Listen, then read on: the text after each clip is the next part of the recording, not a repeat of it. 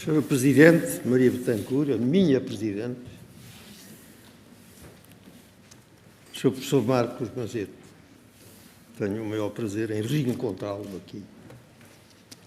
Professor Seabra Santos foi um grande reitor da Universidade de Coimbra. E, finalmente, o novo académico da Academia das Ciências. Queria comunicar isso. Foi eleito académico da Academia das Ciências. Em segundo lugar, eu se calhar confundi um bocado o tema, porque eu já recebi ordem da sua há mais de um mês. E era sobre a problemática da universidade. Bom, a língua é só um aspecto. Também falarei dele, mas eu, de facto, entretive-me a escrever sobre a problemática da universidade e dentro desse tema, que foi o que me foi distribuído. Eu sou muito obediente, como sabe, até consigo chegar a horas. De maneira que vou tratar de alguns desses problemas, incluindo a língua, evidentemente.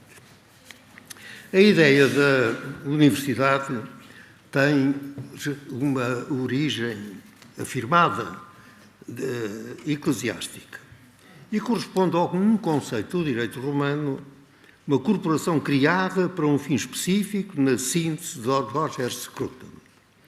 Tal direito romano, largamente identificado com as instituições do imperador Justiniano de 530 a.C., introduziu no património imaterial, que é a nossa herança das ideias de pessoa, mas também de corporação, influindo a teoria posterior de pensadores sobre o Estado, os deveres cívicos, o direito natural e assim por diante. A marca eclesiástica da origem da universidade, sem prejuízo de serem reconhecidos precedentes como da Academia de Platão ou da Escola de Constantinopla, tem na sua narrativa histórica a disputa entre a retórica e a filosofia. Esta em busca da sabedoria, aquela da arte de persuasão, sempre com atenção ao sublinhado Platão de que a filosofia é indispensável para o bom governo da cidade. E este debate, sumariamente recordado neste breve apontamento, procura não deixar esquecer que o moderno conflito entre a defesa da educação humanista em vias de perder estatuto entre nós e a defesa da utilidade das ciências, que está em progresso, tem raízes, tornando vivo o debate entre utilitaristas e conservadores culturais, que foi vivo no século XIX, envolvendo, por um lado, Bentham, James Mill, John Stuart Mill, Henry Witch e, por outro, sobretudo na Inglaterra, Coleridge, Arnold, Carlyle, Ruskin, mas, sobretudo, o cardeal Newman, e nos Estados Unidos, as figuras influentes do século XX, como Emerson, Henry James, Eliot, cujas Notes for the Definition of Culture, que é de 1945, são uma espécie de carta fundamental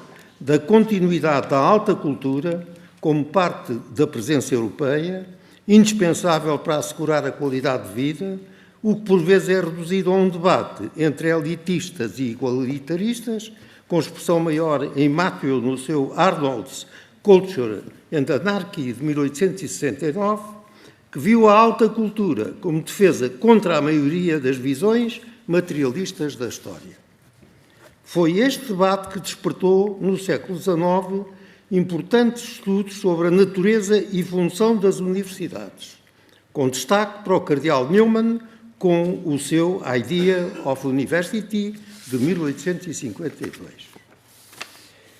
Seria talvez exagerado concluir que o modelo proposto pelo Presidente da Comissão Europeia, o ilustre Jacques Delors, que exerceu entre 1985 e 1995, para a sociedade da informação e do saber, definitivamente optou pelo utilitarismo, ao omitir na sua definição o complemento da sabedoria, e que essa definição serviu de premissa ao relativismo que alastrou pela Europa e realmente por todo o Ocidente, com efeito colateral de um antigo debate se centrar hoje sobre os méritos relativos das universidades e dos politécnicos. As primeiras focadas no conhecimento, os segundos na aplicação dos conhecimentos.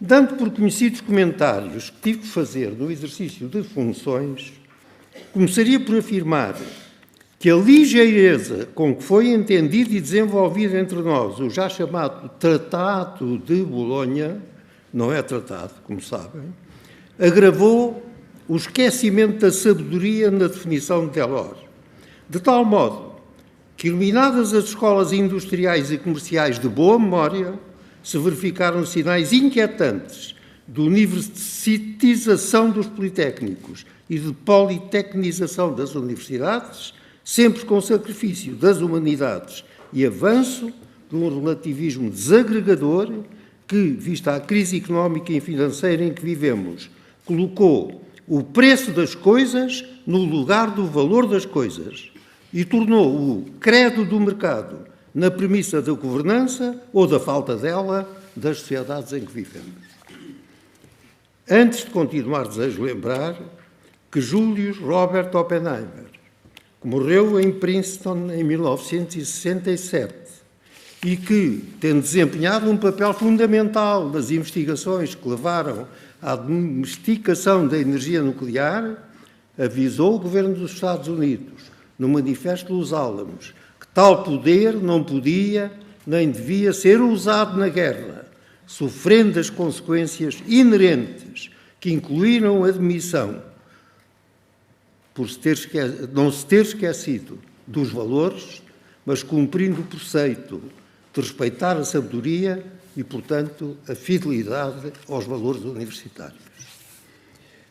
Não foi, todavia, um exemplo seguido, porque, como sublinhou Habermas, e cito, com a investigação industrial de grande estilo, a ciência, a técnica e a revalorização do capital confluem num único sistema e, deste modo, a ciência e a técnica transformou-se na primeira força produtiva e caem assim as condições de aplicação da teoria marxiana do valor do trabalho. Neste ponto nos encontramos, no meio do turbilhão da crise económica e financeira, a escutar, entre o baralhado das interrogações que nascem de uma crescente angústia, atender ela também para global, a pergunta: que universidade temos e que universidade queremos?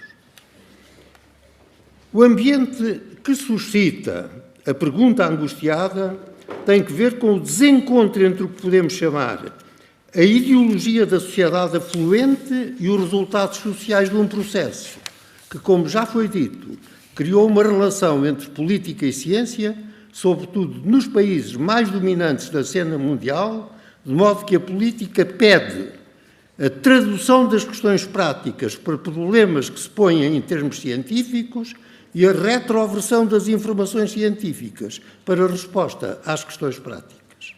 Um facto evidente nas áreas dos complexos militares e industriais. O avanço científico e técnico serve sociedades que exigem cada vez mais gente qualificada, mas menos gente, ao mesmo tempo que a explosão demográfica luta contra a falta de empregabilidade, a graduação académica não garante um futuro, a crise é o caldo de cultura da dissolução da sociedade de confiança, a fuga dos melhores chega a ser aconselhada por altas instâncias, já aconteceu entre nós, aprofunda-se a convicção de que a universidade falha a sua missão de responder ao mercado, que não acolhe os seus diplomados, a prometida mobilidade social não se tornou efetiva, não se tornou igual. E, por fim, na Europa aconteceu que a fronteira da pobreza ultrapassou o Mediterrâneo e fez da questão financeira, pela falência do modelo do mercado global, a inquietação primeira dos seus jovens. De facto, deixámos de ter verdadeiros ministros das finanças. Passámos a ter apenas ministros do orçamento. Na crise global em que nos encontramos, sofrendo certamente efeitos colaterais de erros alheios, mas também dos nossos erros, convém responder à pergunta sobre que universidade queremos, assumindo as responsabilidades que são próprias, não são colaterais. Destacaria, em primeiro lugar, a ligeireza com que foi aplicado o Acordo de Bolonha, mais vistosamente chamado Tratado de Bolonha. Partilhamos nós com a Europa o erro de imaginar que, perdido o Império Euromundista, a dependência não vinha inevitavelmente renovar a sua circunstância na área das matérias-primas, das energias não renováveis e até no domínio da autonomia alimentar dos europeus. E tínhamos razões históricas para usar uma lucidez específica, dependentes como nós, portugueses, fomos sempre de um apoio externo, por vezes, 3 vezes, imperial, e sempre terminando cada um dos impérios com a falência do Estado.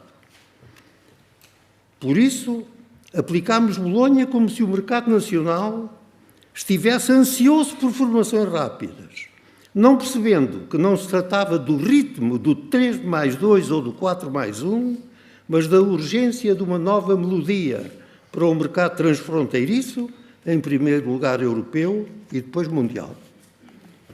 Nesta distração, o Estado certamente favoreceu a ciência de maneira importante, mas retirando-a grandemente à universidade, no limite posto em evidência por Habermas, fixando-se na rede pública do ensino superior, com critérios frequentemente eleitoralistas e deliberadamente ignorando os repetidos apelos para que racionalizasse a rede nacional, esta compreendendo não apenas a rede pública de universidades e politécnicos, mas também a rede privada e cooperativa, a rede concordatária e a rede militar. O resultado foi que nunca o Estado estabeleceu um banco de dados que orientasse os estudantes para uma escolha livre, mas informada da sua carreira. Deixou antes sobreporem-se critérios de prestígio social desatualizados. Entregou à opinião pública a graduação da qualidade de origem dos diplomas e, permitindo-se ignorar que as pessoas se distinguem pela maneira como vivem, não pela maneira como ganham a vida, provocou que se confundissem os objetivos estratégicos de universidade e politécnicos. Nesta data, a política do Ministro do Orçamento parece regressar à convicção, frequentemente assumida na história, de que o Estado distribui recursos que são dele, quando apenas está encarregado de atribuir com critério recursos que são nossos. Universidades já advertem sobre o receio de não poderem subsistir. Infelizmente, esta espécie de licença sabática a que o Estado gestor se entregou, nas áreas que descurou como a racionalização, coloca o país numa situação grave de dimensionamento da rede, em face do desastre financeiro, económico, demográfico e do desastre da confiança.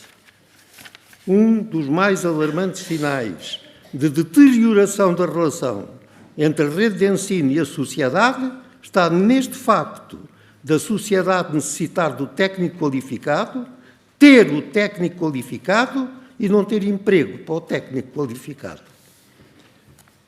Racionalizar a rede nacional vai exigir sacrifícios, que dizem respeito a todas ela.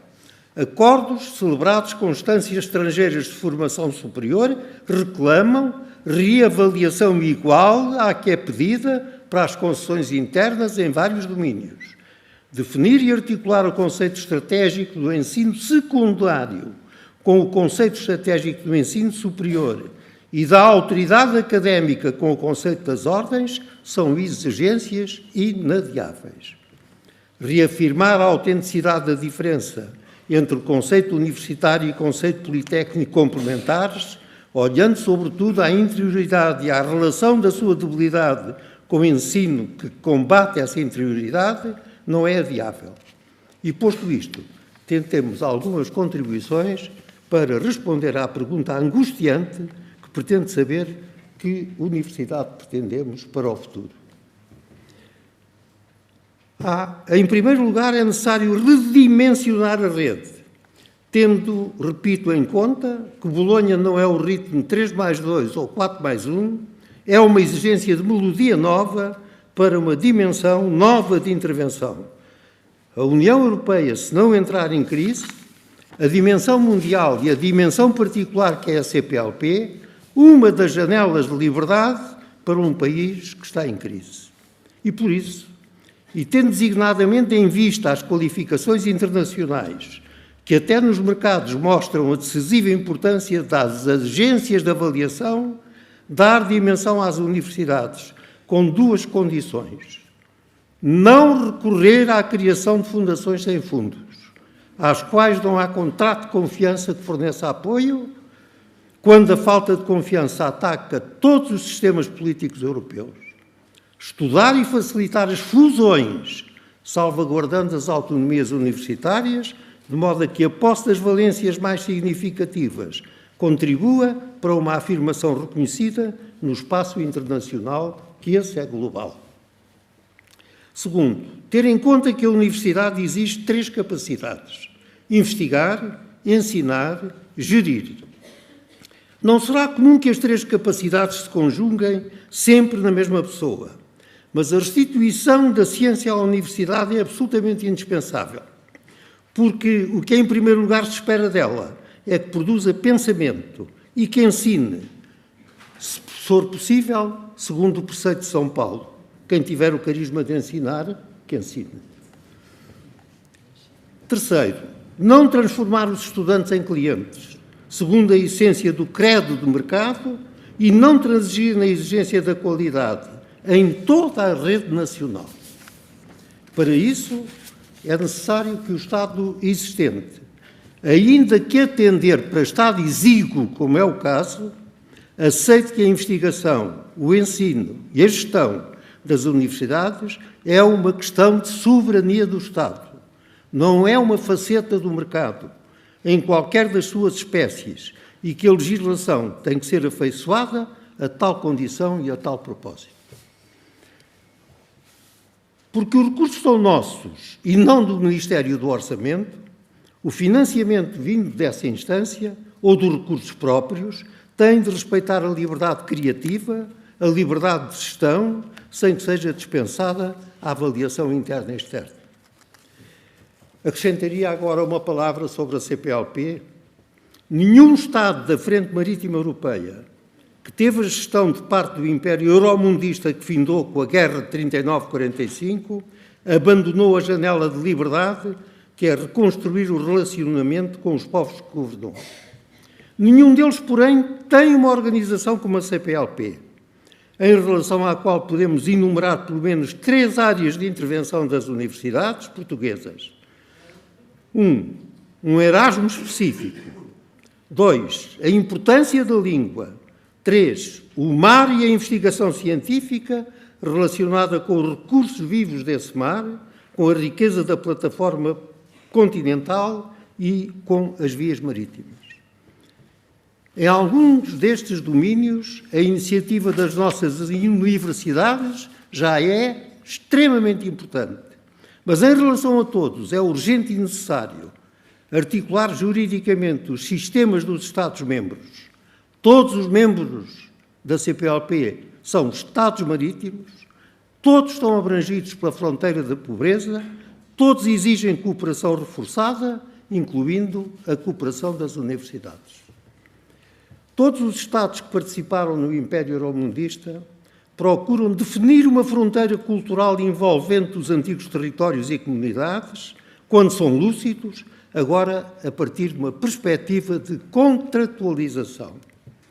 Neste processo, a avaliação das componentes do poder efetivo nacional condiciona as formas de intervenção que podem agregar-se à intervenção cultural, podendo esta ser apenas auxiliar das restantes, se necessário, designadamente da intervenção económica nas suas variadas formas.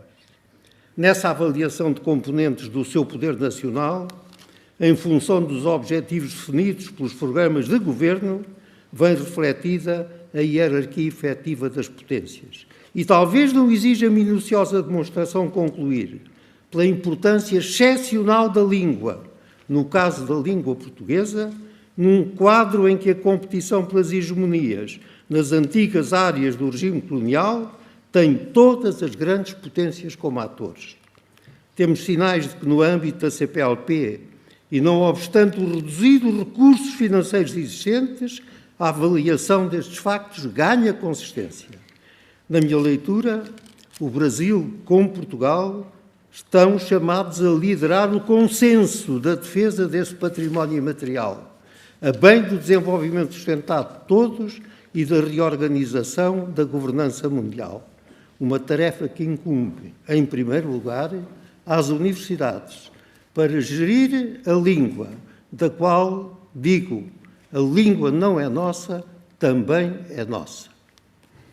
E pelo que respeita ao mar, aos recursos vivos, à plataforma continental, aos transportes marítimos, à segurança dos oceanos, tem evidência o facto já referido de todos os países da CPLP serem marítimos, todos situados na geografia da pobreza, embora com destaque para o crescimento evidente do Brasil em todos os setores.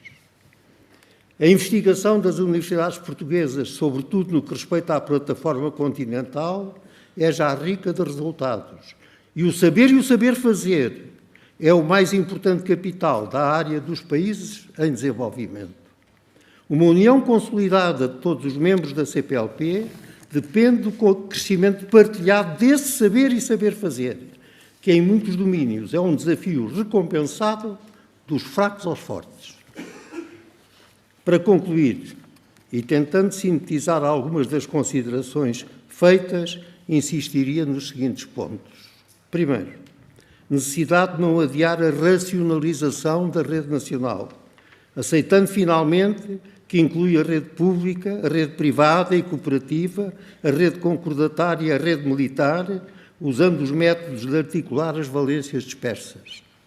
Segundo, clarificar e articular os conceitos estratégicos do ensino secundário, do ensino superior e, desde com o das ordens, salvaguardando a ameaçada autoridade académica. Terceiro, reformular a intervenção das orientações de Bolonha em termos de renovar os conteúdos do ensino em função da novidade da conjuntura do país abrangido pela fronteira da pobreza. Quarto, não esquecer que os recursos financeiros orçamentais não são uma dádiva e que, em vista da tendência do Estado para a exiguidade, que excede a reformulação europeia da soberania, as universidades são e não podem deixar de ser uma parcela e encargo da soberania deste milénio. Quinto, travar a evolução do conceito de estudante para o conceito de cliente, reforçando e dignificando a sua participação na gestão das instituições. E sexto, restituir às universidades a função da investigação científica, agregando as indispensáveis capacidades de investigar, ensinar e gerir. E, finalmente, respeitar a autonomia das universidades e a sua inteira liberdade de pensamento, com total independência do poder político e também independência do poder do mercado.